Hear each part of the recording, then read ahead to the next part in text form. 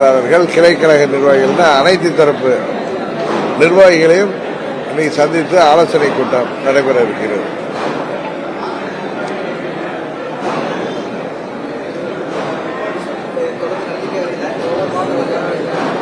தொடர்ந்து நடந்த இப்ப ஏற்கனவே கடந்த மாதத்தில் நம்ம முதுகுளத்தூர் முடிச்சோம். இன்றைக்கு பரமக்குடி டிசம்பருக்குள் மீதி 2 அக்டோபர் 31 வரைக்கும் உங்க மாவட்டத்தில் 144 இருக்கும். அதனால நவம்பர் டிசம்பர்ல மற்ற 2 தொகுதி முடிக்கும். கிட்டத்தட்ட 200 தொகுதிகளில் நாங்கள் தொகுதி வாரியான கூட்டங்களை போடுவதற்கான திட்டம் இருக்கு. அதை தொடர்ந்து 6 மாசமா நிறைவேற்றிட்டு வரோம். அதுக்கு பிறகு தேர்தலுக்கான அனைத்து வேலைகளையும் ஆரம்பிக்கும்.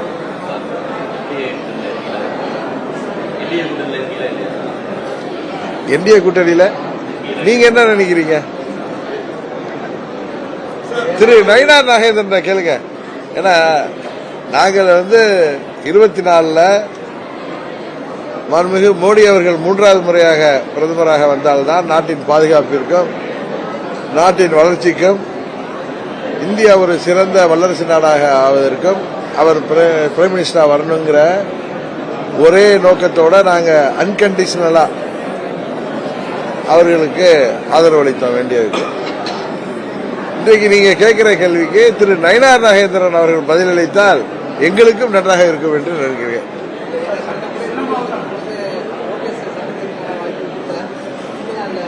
நான் இதுவரைக்கும் சந்திக்கிற வாய்ப்புகள் கேட்கல. நீங்க எங்கே வந்தப்ப கேட்டீங்க. நான் அப்படி சந்திக்கணும்னு நினைச்சா நான் டெல்லியில அவங்கள்ட்ட அப்பாயின்மெண்ட் கேட்டுதான் சந்திப்பேன் தவிர இங்க வருகிற இடத்துல சந்திக்க வேண்டிய ஒரு தேவை இதுவரைக்கும் எனக்கு வரல.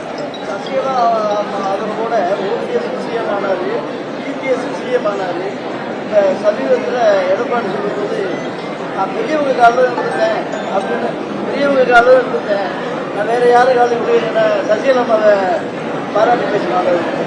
நன்றி. ஏதோ உணர்ந்தா நன்றி தான். தன்னை பதவியில் அமர்த்தியவர்கள் தன்னை விட பெரியவர் என்று உணர்ந்தால் சரி.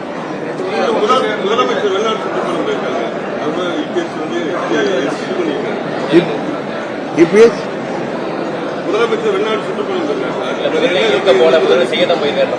என்னங்க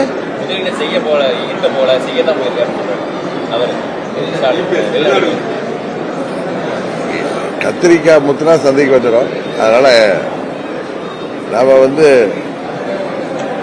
முதல்வரோட வெளிநாடு சுற்றுப்பயணத்தை பொறுத்திருந்து பார்ப்போம்.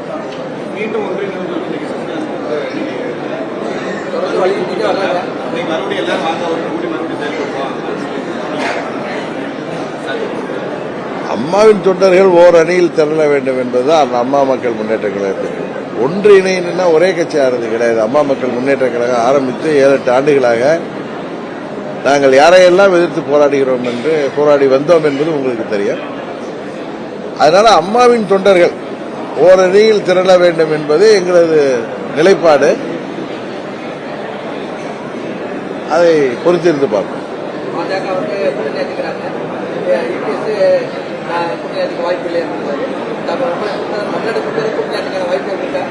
எங்களுடைய நிலைப்பாடு டிசம்பர் மாதத்தில் இதை பற்றி எல்லாம் நாங்கள் பேசுவோம்.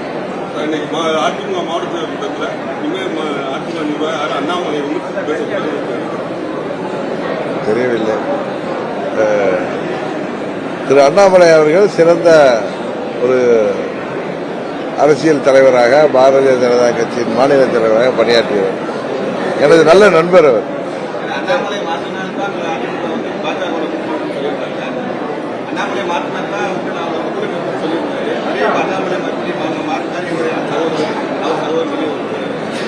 அது திரு நீங்க பேசுறவங்கள்ட்ட தான் கேட்கணும், என்னிட்ட போய் கேட்டா. நான் இண்டிபெண்டா பேச முடியும். நாங்கள் அம்மா மக்கள் முன்னேற்ற கழகம் அம்மாவின் தொண்டர்களால் இயக்கப்படுகின்ற இயக்கம். ஆனா அவர் ஒரு தேசிய கட்சியின் மாநில தலைவராக இருந்தவர்.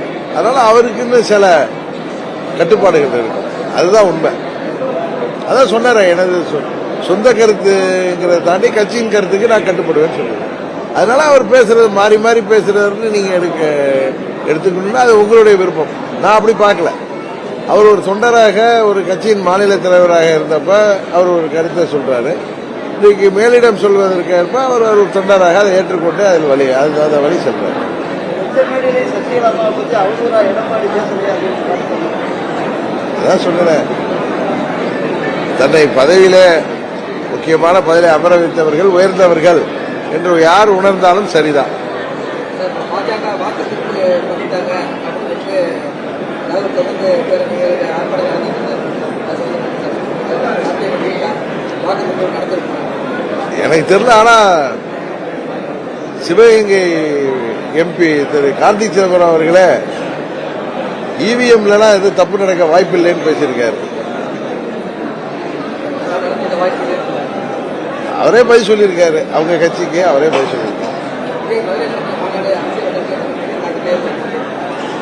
அங்கிருந்து சொன்னது அது ஒரு பெரிய விஷயம். சீமான் கூட அணியே கண்ணிலிருந்து கட்டல அணியா சொல்றாங்க.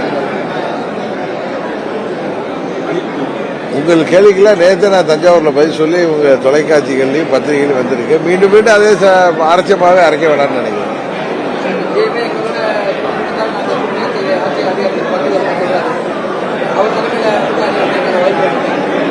தமிழ்நாட்டில் உறுதியாக இந்த தேர்தலில் 4 அடிகள் வாய்ப்பு.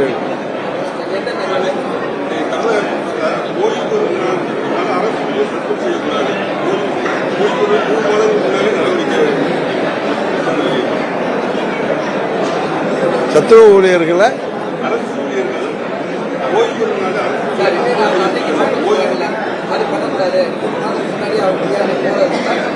விசாரணை முடிச்சு நடவடிக்கை எடுக்கும். அது சரியான கோரிக்கை தான். அது அரசாங்கம் வரவேற்குது. ஆமா, நாளைக்கு ரிட்டையர் ஆகிறோம்னா இன்னைக்கு போய் சஸ்பெண்ட் பண்றதுங்கிறது ஒருத்தரை பழி வாங்குற மாதிரி. அப்படி எது இருந்தா 3 மாதங்களுக்கு முன்பே அவர் மீது எது இருந்தா துறை ரீதியாகவோ இல்ல வேற நடவடிக்கை எடுக்காம கடைசி நிமிடத்தில் செய்யும் பொழுது அவர்களுக்கு எந்தவித முறையீடோ அவங்களுக்கு சட்ட ரீதியான பாதுகாப்போ இல்லாமல் செய்யறது தவறான ஒன்று. அதனால அவருக்கு கோரிக்கை நியாயமானது இருந்தது. அதை அரசாங்கம் நிறைவேற்ற வேண்டும். அதாங்க ஏற்கனவே 2 அணி இருக்கு. ஆளுங்கட்சி திமுக அணி, என்டிஏ ஒன்று இருக்கு. திரு சீமான் அவர்கள் தனித்து போட்டிவிடுவேங்கிறாரு, கடந்த காலத்தில் போட்டிவிடுவாங்க. திரு விஜய் அவர்கள் தலைமையிலான ஒரு அணி அமையும்.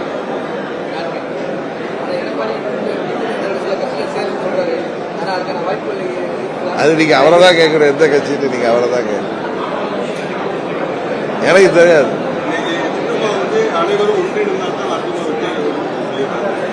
அதை பற்றி தான் ஏற்கனவே கேட்டாங்க, நான் பதில் சொல்லுவேன்.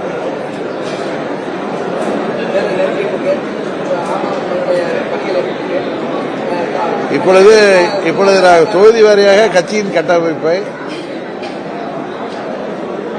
பலப்படுத்துகின்ற வேலையில் இருக்கிறோம். அடுத்த கட்டமாக எங்கள் பிரச்சாரங்கள் எல்லாம் நடக்கும்.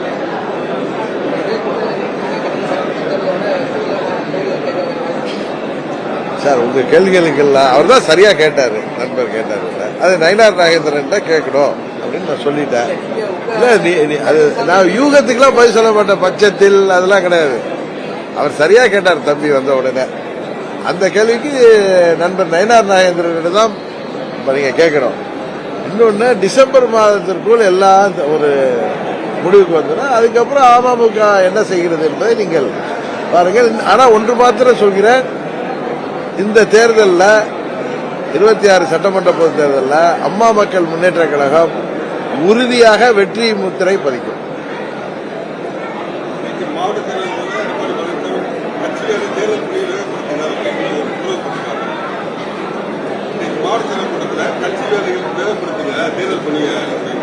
எல்லா கட்சியும் அப்படித்தானே அவங்க நிர்வாகிகளை சந்திக்கிறப்ப கட்சி தேர்தல் 6-7 மாசம் தான் இருக்கு, வேகப்படுத்துறது சொல்றது இயற்கை தானே. அதுல ஒன்றும் ஸ்பெஷலா ஒன்றும் கிடையாது. இப்ப நாங்க இங்க வந்திருக்கிறது அதுக்கு தானே வந்திருக்கேன். இங்க உள்ள கிளை செயலாளர்கள், கிளை நிர்வாகிகள், பேரூராட்சி நிர்வாகிகள் என அனைத்து நிர்வாகிகளையும் பார்த்து தேர்தலுக்காக அவர்களை பணியை துரிதப்படுத்துவதற்காக வந்திருக்கு. ஒருங்கிணைந்த அதிமுக என்னங்க, ஒருங்கிணைந்த அதிமுக இருக்கும்போது தான் வெற்றி பெற ஒரு சூழ்நிலை. அதுக்கு உங்களுடைய பணிகள் 19, 21, 24 தேர்தல் முடிவுகள் என்ன நடந்தது என்பதை எல்லோருக்கும் தெரியும்.